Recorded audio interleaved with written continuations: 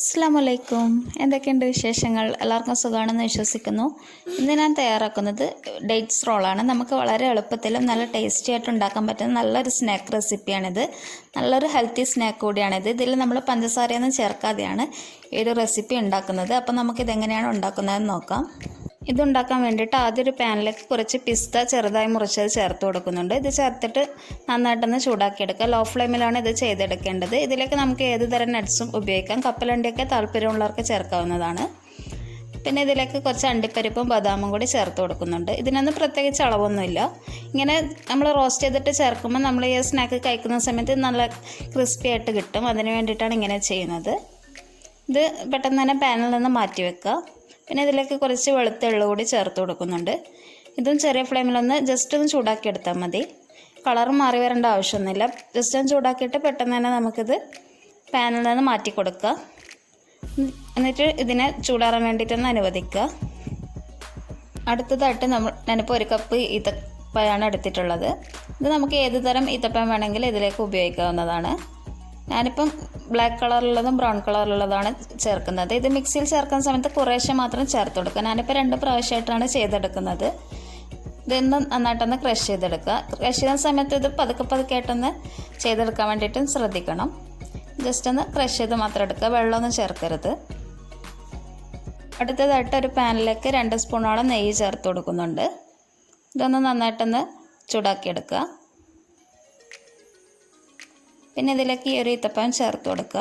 Pan അടുപ്പിൽ നിന്ന് slip ആവാതിരിക്കാൻ ഒന്ന് ശ്രദ്ധിക്കുക. ഈ ഒരു സ്നാക്ക് നല്ല ടേസ്റ്റി ആയിട്ടുള്ളൊരു സ്നാക്ക് തന്നെയാണ്. നമുക്ക് വളരെ എളുപ്പത്തിൽ ഉണ്ടാക്കാൻ പറ്റുന്ന ഒരു സ്നാക്കാണിത്. ഇതിൽ പഞ്ചസാരയൊന്നും ഇല്ലാത്തതുകൊണ്ട് തന്നെ നമുക്ക് കുഞ്ഞുങ്ങൾക്കാണെങ്കിലും മുതിർന്നവർക്കാണെങ്കിലും ധൈര്യമായിട്ട് കഴിക്കാൻ പറ്റുന്ന നല്ലൊരു സ്നാക്ക് തന്നെയാണിത്.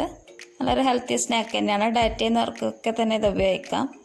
അപ്പം നമുക്ക് ഈ ഒരു ഈത്തപ്പഴത്തിനെ ഒന്ന് നന്നായിട്ട് നെയ്യായിട്ടൊന്ന് യോജിപ്പിച്ചെടുക്കണം. ലോ ഫ്ലെയിമിലാണിത് ചെയ്തെടുക്കേണ്ടത്. നമുക്ക് ചെയ്തെടുക്കുമ്പോൾ ഇത്തിരി ബുദ്ധിമുട്ട് പോലെ തോന്നും, പരസ്പരം ഒട്ടിപ്പിടിച്ചിട്ടൊക്കെ. പക്ഷേങ്കിൽ നല്ല കറക്റ്റായിട്ട് ചെയ്തെടുക്കാൻ പറ്റുന്നുണ്ട്. നന്നായിട്ട് ഇതൊന്ന് നെയ്യായിട്ട് എല്ലാ ഭാഗത്തും യോജിപ്പിച്ചെടുക്കുക. ഞാൻ ഈ ഒരു സ്നാക്ക് ആദ്യമായിട്ട് തന്നെയാണ് ഉണ്ടാക്കുന്നത്, പക്ഷെ കറക്റ്റായിട്ട് തന്നെ കിട്ടിയിട്ടുണ്ട്. ഇതിപ്പോൾ പാനിൽ നിന്ന് ഇങ്ങനെ വിട്ട് വരുന്ന പരുവം വരെ നന്നായിട്ട് തന്നെ ചെയ്തെടുക്കുക. ആദ്യം നമുക്ക് നെയ്യൊക്കെ ഇത്തിരി അധികമാണോ എന്നൊക്കെ തോന്നും, പക്ഷേങ്കിൽ ചെയ്ത് വരുമ്പോഴത്തേക്ക് അത് നല്ല കറക്റ്റായിട്ട് തന്നെ വന്നോളും. ഇപ്പം നന്നായിട്ടൊന്ന് സ്റ്റിക്കി ആയിട്ട് വന്നിട്ടുണ്ട്. പിന്നെ ഇതിലേക്ക് നട്ട്സ് കുറേശ്ശെയായിട്ട് ചേർത്ത് കൊടുക്കുക. കുറേശ്ശെയായിട്ട് ചേർത്തിട്ട് മിക്സ് ചെയ്ത് കൊടുക്കുക. അപ്പോൾ നമുക്ക് എല്ലാ ഭാഗത്തും കറക്റ്റായിട്ട് മിക്സ് ചെയ്തെടുക്കാൻ പറ്റുകയുള്ളൂ. ഇത് കുറച്ച് സ്റ്റിക്കി ആയിട്ടാണല്ലോ ഇരിക്കുന്നത്. അതുകൊണ്ട് ആ ഒരു രീതിയിൽ തന്നെ ചെയ്തെടുക്കാൻ വേണ്ടിയിട്ടൊന്ന് ശ്രദ്ധിക്കുക. ഇതിൽ നമുക്ക് ഏത് നട്ട്സ് ഉപയോഗിക്കാം കേട്ടോ. കപ്പലണ്ടിയൊക്കെ വേണമെങ്കിൽ ഉപയോഗിക്കാം. വേണമെങ്കിൽ കുറച്ച് ഏലക്കപ്പൊടിയും ചേർത്ത് കൊടുക്കാം. ഇതിനെ നമുക്ക് ചൂടാറാൻ വേണ്ടിയിട്ട് വെക്കുക. ഒരു 15-20 മിനിറ്റ് വരെ ചൂടാറാൻ വെക്കാം.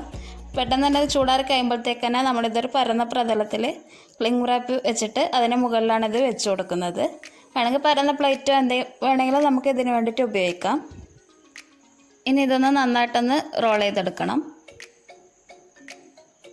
എല്ലാ ഭാഗത്തും നല്ല കറക്റ്റാക്കിയിട്ടൊന്ന് ഒന്ന് റോൾ ചെയ്തെടുക്കുക. ഇതിൻ്റെ എഡ്ജൊക്കെ ഒന്ന് കറക്റ്റാക്കി വെക്കുക. നന്നായിട്ടൊന്ന് ഷേപ്പ് ചെയ്തെടുക്കണം. അതിനുശേഷം കുറേശ്ശായിട്ട് എള്ള് ചേർത്തിട്ട് അതിലും നന്നായിട്ടൊന്ന് റോൾ ചെയ്ത് എടുക്കുക. ഇതെല്ലാ ഭാഗത്തും അങ്ങനെ ചെയ്തെടുക്കുക. ഇതൊക്കെ നമുക്ക് പെട്ടെന്ന് തന്നെ ചെയ്തെടുക്കാൻ പറ്റുന്നത് തന്നെയാണ്. അങ്ങനെ എല്ലാ ഭാഗത്തും ഇതിൻ്റെ എള്ളൊക്കെ ഒന്ന് മിക്സ് ചെയ്തെടുത്തിട്ടുണ്ട്. വേണമെങ്കിൽ നമുക്കിതിൽ ഡെസിക്കേറ്റഡ് കോക്കനട്ടോ അങ്ങനെ എന്തെങ്കിലുമൊക്കെ ഉപയോഗിക്കാം. ഇതൊക്കെ ഒരു ഭംഗിക്ക് വേണ്ടി ചെയ്യുന്നതാണ്, വേണമെങ്കിൽ ചെയ്താൽ മതി. പിന്നെ ഇത് നന്നായിട്ട് ടൈറ്റായിട്ട് തന്നെ ഇത് കവർ ചെയ്യാൻ വേണ്ടിയിട്ട് ശ്രദ്ധിക്കണം. എന്നാലേ നമുക്കിത് പെർഫെക്റ്റായിട്ട് മുറിച്ചെടുക്കാനൊക്കെ കഴിയുകയുള്ളൂ. നല്ലോണം ടൈറ്റാക്കിയിട്ട് ഇതൊന്ന് കവർ ചെയ്തെടുക്കുക.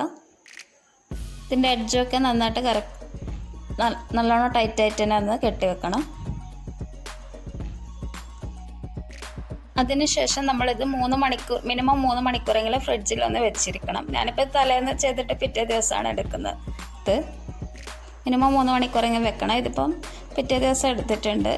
നമുക്കിത് എങ്ങനെയുണ്ടെന്ന് നോക്കാം.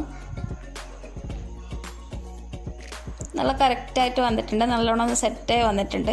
പിന്നെ ഇത് മുറിക്കുന്ന സമയത്ത് ഇത് അപ്പാടെ തന്നെ മുറിക്കരുത്, കുറച്ചൊന്ന് തണുപ്പൊന്നും പോയിട്ടൊന്ന് മുറിച്ചെടുക്കുക. കണ്ടില്ലേ, നല്ല പെർഫെക്റ്റ് ആയിട്ട് കിട്ടിയിട്ടുണ്ട്. എല്ലാവർക്കും ഉണ്ടാക്കാൻ പറ്റുന്ന നല്ലൊരു ഈസി സ്നാക്ക് റെസിപ്പി തന്നെയാണിത്.